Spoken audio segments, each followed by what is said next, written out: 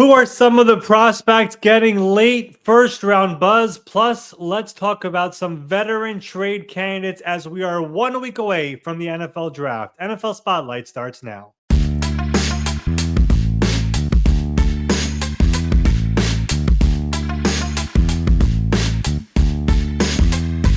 Welcome in. It is the Thursday, April 17th edition of the NFL Spotlight Show. I am your host, Ari Meirov. We are 1 week away from the NFL draft. There are so much rumblings out there, things that I'm sure you, the fan, have no idea to believe, not to believe. It is that time of year where everyone is just throwing stuff on the wall. But let's talk some more about the draft here today, about some things that NFL teams are saying. And I do believe there is validity to it here as we are 1 week away from the NFL draft. Let me bring in my good friend Ben Allen.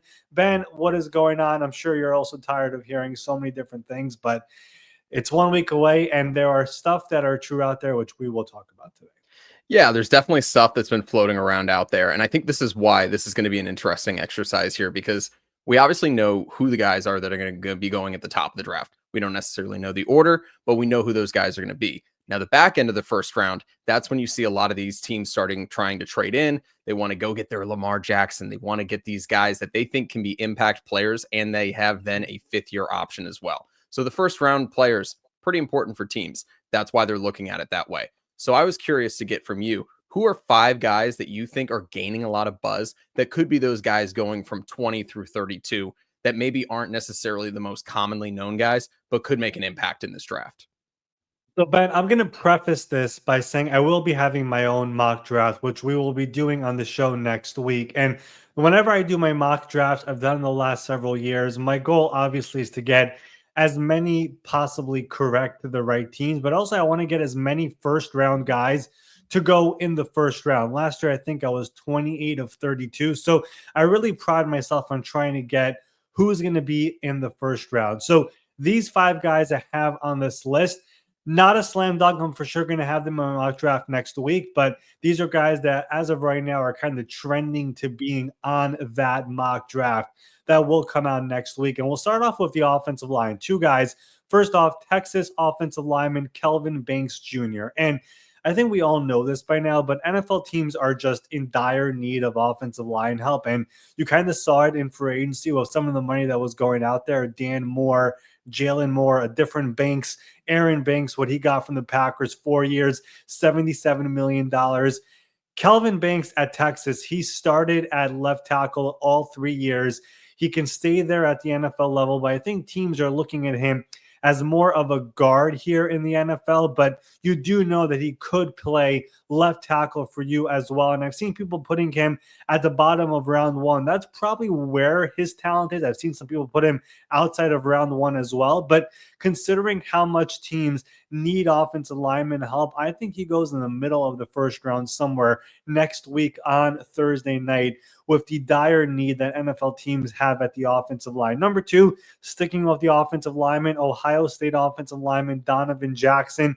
He is somebody who was mostly a guard, the opposite of what Kelvin Banks was at Ohio State. But for the final 8-9 games this past year at Ohio State, he kicked over to left tackle because Josh Simmons, another player in this draft, was injured. And he was kind of the unsung hero for the Ohio State team there, for the team that, of course, won the national championship, of how he was able to settle in at left tackle there, protecting Will Howard for his blind side. And frankly, he kind of looked better at left tackle than he did at left guard, but NFL teams now know that he could do both. He proved it at offensive tackle at the end of the year. He showed what he could do at guard. Again, he kind of looked better at tackle than he did at guard there down the stretch. So some teams will view him as a day 1 starter, whichever position it is, but he has a nasty attitude, a physical game, and that's something that you need in the NFL. I've seen him outside of round 1 in many mocks. I think he is somebody who could go at the bottom of round 1 in the draft. After that, let's go to the secondary over here with Ole Miss cornerback Trey Amos. We mentioned this last week on the show that after Travis Hunter, it's a bit of a wide open now when it comes to who is cornerback 2 in this draft. I think most people in the media especially have Will Johnson out of Michigan. We talked about why some teams don't view it like that. There are some questions about him. He did not run a 40. His 2023 tape was better than 2024. There's a bunch of differing opinions around the NFL about who are cornerback 2, cornerback 3. We mentioned Maxwell Hairston last week. Trey Amos is also in that conversation. Somebody with really great instincts and ball skills. He has excellent size, 6'4", 195 pounds. Really fluid, a fluid athlete, smooth out there. And he's really a player out there who there were some questions about his speed. He kind of silenced that at the combine with a 4.43, 4.44.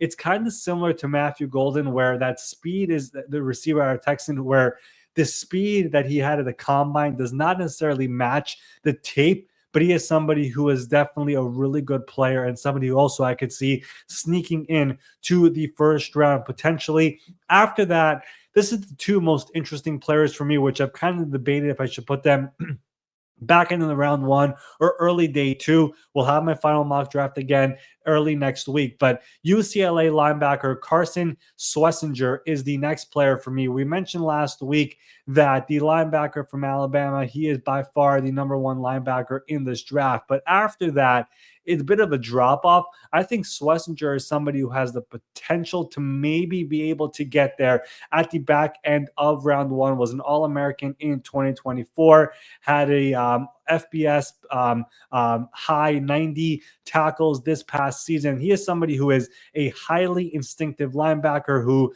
really reads plays real quickly, covers a ton of ground, and he's not somebody who misses tackles often. So he brings speed, energy, and is constantly around the ball. I think he is somebody who has the chance to go at the back end of round 1. We've heard some people say this in the media as well. This draft, you're just trying to find starters in this draft. And if you're looking for that type of a guy, Schlesinger is that type of a player. So I could see a team saying, you know what, we don't like what's on the board. It's not your premium position, but we're going to take somebody who will be on the field right away, day 1. So I have him on this list right over here a week before the draft. And lastly, this is a player who I did mention last week, Iowa State wide receiver Jayden Higgins. I mean, this year's receiver class just lacks the high-end talent that we've seen in other years. We know Travis Hunter, we know Ted McMillan, we've talked about Matthew Golden, but teams are really all over the board after Travis Hunter. So I think Jayden Higgins is a name who has kind of under the radar throughout this draft process. A big target, 6'4", 214 pounds, who really moves well for his size. Smooth movement, for really reliable hands, does not have many drops. And I mentioned this last week, he has drawn some comps to a Nico Collins or Drake London type. He does not play with the same, I guess, dog that some of these other big play receivers do have. He's more a little bit on the quieter side sometimes, but this is a player who, if you need a reliable player, you need someone on third down to throw the ball to, Jayden Higgins would be that guy. So top of round 2, likely, but I could see him potentially sneaking into the end of round 1. Again, we'll have that full mock draft here next week, but these are the 5 guys that I have that I could see being late first round guys here at this time next week. So you mentioned 2 offensive linemen in there. Do you think that's going to be the position that if we see a run on guys in the first round, it's probably going to be? Yeah, I want to go back quickly to the 2024 NFL draft, because that was also last year where we saw a bunch of offensive linemen go off the board, where it was like these guys are going way higher than you expect. I'm looking at it right now. We had Joe Alt at 5, Latham at 7, Fashanu at 11, Fuaga at 14, Mims at 18, Fatanu at 20, Morgan at 25, Tyler Guyton at 29. I mean, the offensive linemen were flying off the board last year. And if you look at some of the mocks and projections for some of these guys were not, top of the first round guys, bottom of the first round guys. They went earlier than expected. And it's simply because teams need offensive linemen. So it's the same story every single year. I think the way teams were spending in free agency really told you the story. And again, teams need them. And I think we're going to see a bunch of offensive linemen flying off the board. It's not the most fun position. The average fan not looking to watch the NFL draft to see offensive linemen coming off the board, but it happens every year. And I think we're going to have that again this year as well. Don't think we'll have one coming off the board on the first overall pick, though. No Eric Fisher, right? No Eric Fisher this year. I can guarantee you that. We're going to hear Cam Ward's name number one, as we all saw him playing. I think it was Fortnite, and saying Yes. that his favorite receiver is Calvin Ridley number one and Treylon Burks number five. So Hey, yeah, he knows. but you know AJ Brown's a dog. AJ He, Brown's a dog. but he's not Calvin But he's Ridley. not He's Calvin Ridley. not He's Calvin not Ridley. Calvin Ridley. Well, speaking of AJ Brown and guys that have been traded on draft night, I thought it would also be good for us to talk about some of those guys that could get moved here in the next week ahead of the draft. Likely not going to be garnering a first round pick in return like AJ Brown did. That ended up becoming Treylon Burks in a great roundabout way here. But there are some guys that are definitely going to get some interest, and there's definitely some teams that are interested in moving them. Can you go through some of the guys that we need to have an eye on this week?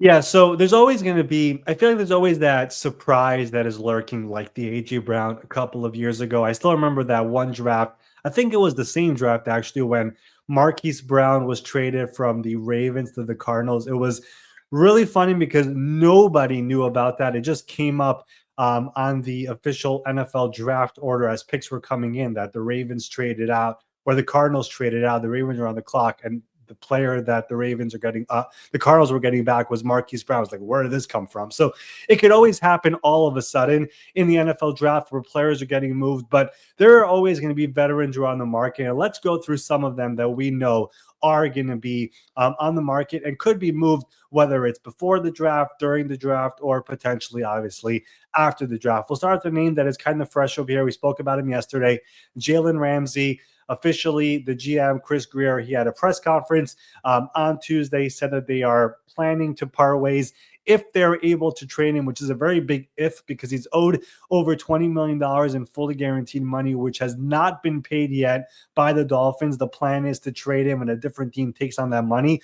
Will a different team actually give up trade compensation and also pay that money is still a very, very big question. So we will see if any team steps forward before the draft or during the draft or after the draft if they miss out on some of the top corners, whether it's a Will Johnson or a Maxwell Hairston or Amos, who we just mentioned before. Maybe they go out there and trade for a veteran like Jalen Ramsey. But if they don't trade for Jalen Ramsey, a different corner who has been available throughout the offseason is Jair Alexander in Green Bay.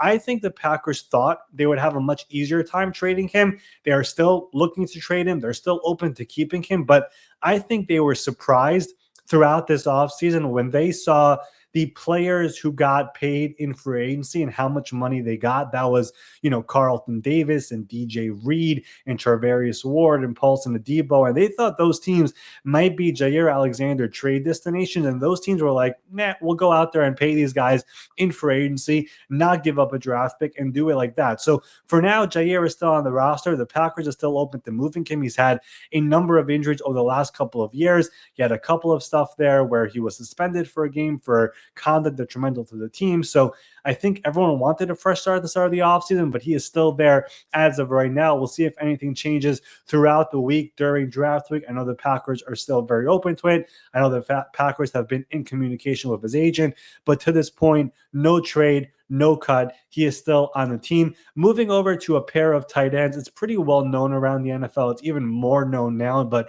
Dallas Goedert, the tight end in Philadelphia.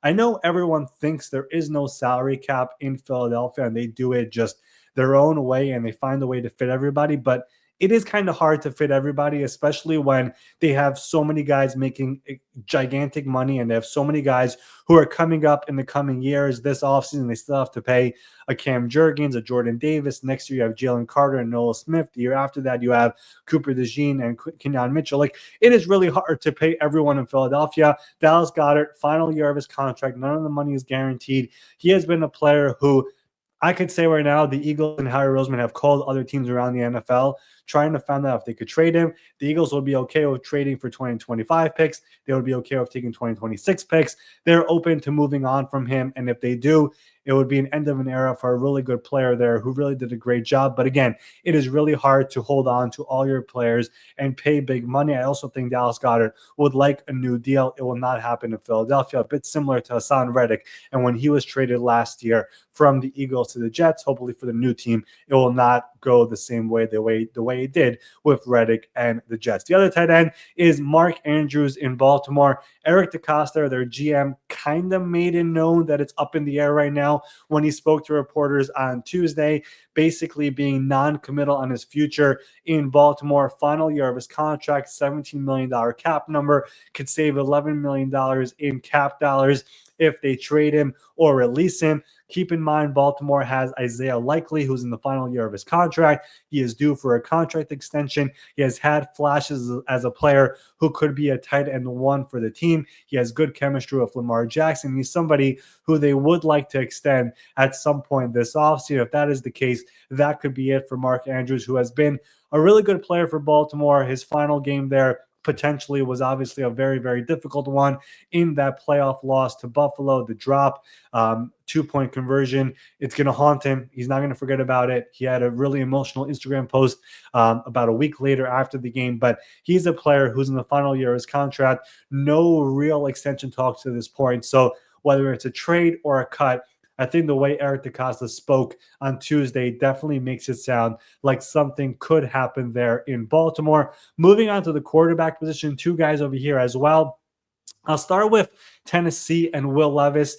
I will preface this by saying their president of football operations, Chad Brinker, did say at the owners' meeting that they've had no discussions of trading Will Levis. What I would say about this is if you're going to draft Cam Ward at number 1, I don't know if you want to have Will Levis there as well, just because Will is not there to, be the mentor or try to push him or whatever. Like, he wants the starting job. So it might make more sense that after you draft Cam Ward, it's kind of similar to what the Cardinals once did when they drafted Kyler Murray after just drafting Josh Rosen. Move on from Josh, make it Kyler's team. I could see a scenario where Will Levis is moved at some point. It just makes sense. They've signed 2 veteran quarterbacks who make more sense for a rookie quarterback. They signed this offseason Brandon Allen. They signed Tim Boyle, the veteran journeyman. That is somebody who makes more sense to be behind Cam Ward and show him the ropes and whatever. So I could see this becoming a scenario, but Chad Brinker, the president, did say none of those talks have happened to this point a couple of weeks ago. The other quarterback, don't think it happens during the draft. This is more after the draft. We've talked about it all offseason long. Kirk Cousins in Atlanta. He's owed $27.5 million fully guaranteed this year. The Falcons are paying it anyway. We've talked for weeks and kind of months now that the Browns have been the one team everyone is watching. They just signed Joe Flacco, makes it a little bit more complex. I'm still not closing the door all the way on that one. We'll see what the Browns do during the draft.